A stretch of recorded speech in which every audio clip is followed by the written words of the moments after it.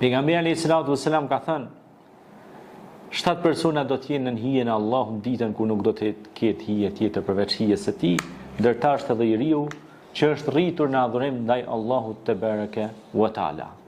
Kjo tregon vlerën e madhe të rinjve dhe të rinisë që e çojnë jetën në adhurim dhe devotshmëri këta të ri.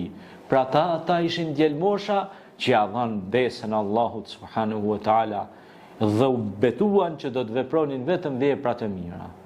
Kur na shkon mendja sot shumë të ri se si janë të hutuar, të përgjumur dhe kanë braktisur besimin, kanë braktisur studimin, leximin, moralin, kanë rënë në një udhë pa krye, kanë rënë në një gjumë letargjik, me dhimbsen këta të ri, dhe ne lutemi për këtë brez dhe këtë rinit sote që të kthehen te rruga e diturisë, e shkollimit, e librarisë, e besimit, sepse këto dyja duhet të jenë të sinkronizuara me njëra tjetrën, besimi dhe dituria, se me të vërtet frikën më shumti inma yakhshallahu lil ibadi al ulama, më shumti frikën ja kanë Allahut kush? Njerëzit e ditur.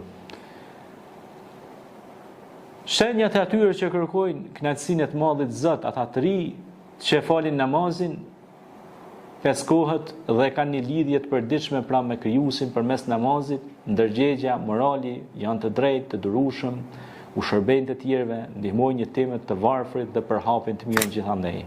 Largohen nga harami, luftojnë tundimet për hir të Zotit.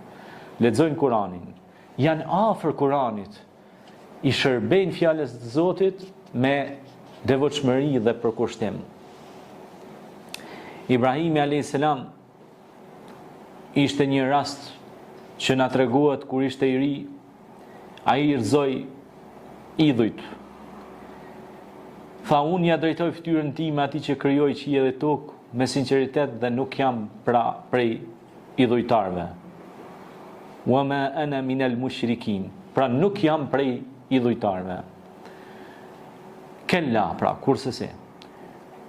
Jusufi alayhis salam refuzoi mëkatin në kulmin e tundimit dhe tha: Ma'adallah, kërkoi strehim tek Allahu. Surja Yusuf, ajeti 23.